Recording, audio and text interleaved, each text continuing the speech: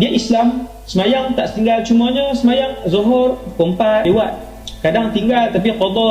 Puasa pun orang puasa 30 hari, dia 26. Tapi qada, lepas tu qada. Macam itulah. Quran setahun 3 kali, sentuh 3 kali, 4 kali. Tapi tiap-tiap malam, tabarakalladzi biyadihil mulk wa huwa ala kulli syai'in qadir. Orang yang mengamalkan surah Mulk, walaupun keadaan dia tu orang kata nakal lah, ada dosa. Bila malaikat datang tanya dia, man rabbuka, siapa Tuhan kamu? Dia tak boleh jawab. Dia kata, Dia kata, la adri, aku tak tahu. Maka malaikat Munkar dan Nakir nak pukul dia. Lalu datang surah Al-Mulk, pertahankan dia. Kata surah Al-Mulk, jangan, kamu tidak boleh mengapa-apakan dia, kerana dahulu di dunia dia mengamalkan aku. Bila malaikat nak pukul dia daripada arah kepala, surah Mulk datang daripada arah kepala, tahan. Kemudian malaikat Munkar dan Nakir pergi ke arah kaki, surah Al-Mulk datang ke arah kaki, pertahankan dia. Sanad hadisnya hasan. Malaikat nak pukul daripada arah kanan, surah Al-Mulk kata tak boleh, kamu takkan boleh sentuh. Ini kelebihan mengamalkan surah Al-Mulk. Bila dah habis orang yang husnul khatimah tadi jawab, maka dia pun pergi ke alam barzakh.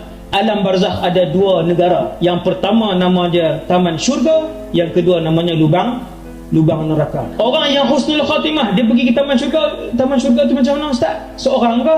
Jawapan dia, tuan-tuan, kita ke alam barzakh nanti kita boleh bertemu dengan semua roh yang lain. Sebab kita jumpa orang-orang yang kita kenal. Tengok, nampak ayah kita. Maka yang paling awal datang mengerumuni kita ialah ahli keluarga kita. Ayah kita pun datang. Macam mana ustaz taman syurga? Allahu Rabbi. Tuan-tuan, taman syurga, maka dia indah. Maka berehatlah di situ sampai kiamat. Ustaz, roh yang berada di alam barzakh bolehkah berjumpa dengan roh kita yang hidup? Jawapannya boleh, tapi bukan waktu sekarang, dalam mimpi.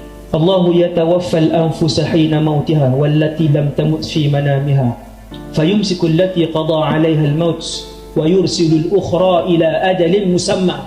Itu dalil dia. Ketika roh yang berada di barzakh berjumpa dengan roh yang dilepaskan oleh Allah daripada bumi ini, tuan-tuan, apabila roh itu pergi ke satu tempat mengalami sesuatu perkara, maka dia pergi betul ke tempat itu dan mengalami betul perkara itu. Adapun roh yang su'ul khatimah pula, ini saya laju sikit, bila ditarik keluar dalam keadaan sikit demi sedikit, lagi lambat. Dan apabila dia direntak dan ditarik keseluruhannya, dia pun tengok wajah malakul maut dalam keadaan yang mengerikan, maka dia tahu ketika itu dia mati dalam keadaan su'ul khatimah. Sakit pun sakit. Al-malaikatu yadribuna wujuhahum, kata Allah, para malaikat bila berdepan dengan orang yang su'ul khatimah, mereka pukul wajah orang yang mati tadi dan juga di belakang orang yang mati tadi. Kena pukul kan? Keluar roh, malaikat pukul kepala kan? Pukul kepala. Kemudian dibawa kain kafan daripada neraka, bau busuk daripada neraka. Bila dipakaikan, seluruh penduduk langit bau busuk. Roh siapa ni? Sebut nama dia, hina dia. Bermulalah detik hina dan detik sesal dia, bukan untuk 10 tahun. Dibawa sampai ke langit, malaikat minta izin buka pintu langit, kami nak bawa roh fulan bin fulan. Siapa? Fulan bin fulan. Tengok nama? Tak nama. La tufattahu lahum abwabus sama. Nabi baca ayat ni, ketika itu pintu langit tidak dibuka kepada mereka. Lalu Allah SWT mengarahkan supaya buku amalannya diletakkan di tempat yang bernama Sijjin. Habis dah, lemparkan roh dia turun ke bawah, lalu dihumban roh dia dengan laju. Dia akan merasakan seperti mana satu, kemudian disambar oleh burung, seolah-olah macam tu, dan jatuh di satu tempat menuju ke alam barzakh. Datang dua malaikat Munkar dan Nakir. Man rabbuka, dengan suara yang ganas, siapa Tuhan kamu? Dia kata tak tahu. Yang duduk di sebelah dia siapa? Amal buruk dia, dosa dan maksiat dia. Lalu dipukul orang itu. Tuan-tuan, kalau gunung jadi debu berkecai badan manusia, dipukul dia, soalan yang kedua tak tahu dia, soalan ketiga tidak ada jawapan, soalan keempat tak tahu dia jawab. Lalu dipukul, habis dipukul oleh Munkar dan Nakir, tak selesai lagi. Lalu dibawa dia, Nabi sebut 4 jenis. Dia akan diheret dan dibawa ke sebuah alam namanya lubang neraka. Belum neraka betul, baru muqaddimah neraka, maksudnya pintu depan neraka punya siksa. Baru pintu depan, tak masuk neraka yang betul lagi. Nabi kata, aku pernah melihat kawasan itu. Yang pertama aku lihat, kata Rasulullah, suasana di lubang neraka, ada orang berniarap macam ni. Berniarap ke macam tu? Muka tengok ke atas. Oh, menentang. Sorry. Ada orang berdiri memegang batu besar, lalu dihempapkan ke muka, berkecai batu. Ketika orang yang berdiri mengutip batu itu, maka muka yang berkecai tadi berhimpun semula. Sakit. Kata Rasulullah, aku dibawa ke tempat yang kedua. Waktu tu malaikat 2 orang bawa, Jibril dan Mikail yang bawa Nabi, tapi dengan rupa paras manusia. Nabi tanya, dosa apa ni?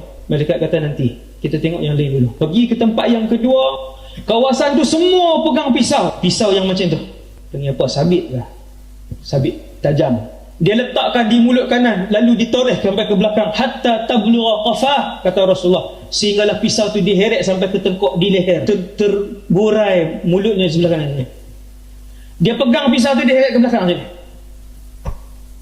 kemudian terburai, kemudian bercantum semula, kemudian dia letak lagi di belakang, diheret pisau tu ke belakang sampai mencecah lehernya. Nabi kata, apa yang mereka lakukan? Dosa yang mereka buat. Malaikat Jibril ni, Mikail kata, kita tengok yang lain. Nabi kata, aku pergi ke tempat ketiga di sebuah sungai. Hadis ni hadis sahih. Sungai itu kesemuanya darah. Ini bukan siksaan dan neraka, tuan-tuan. Hadis ini hadis sahih, dan siksaan ini kesemuanya di alam barzakh.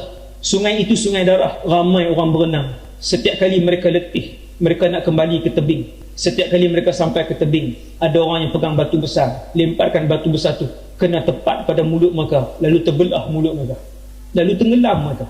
Nabi tanya, apa yang mereka ni buat? Ada lagi satu, ya Rasulullah. Yang keempat, Nabi pergi satu tempat. Nabi sebut, aku sampai di satu rumah yang besar, rumah api. Memang untuk dibakar. Di atasnya ada satu lubang untuk asap keluar.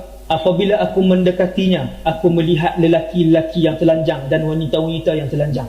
Apabila api itu marak, melambung-lambung mereka ke atas sehingga hampir terkeluar melalui lubang kecil. Melambung-lambung.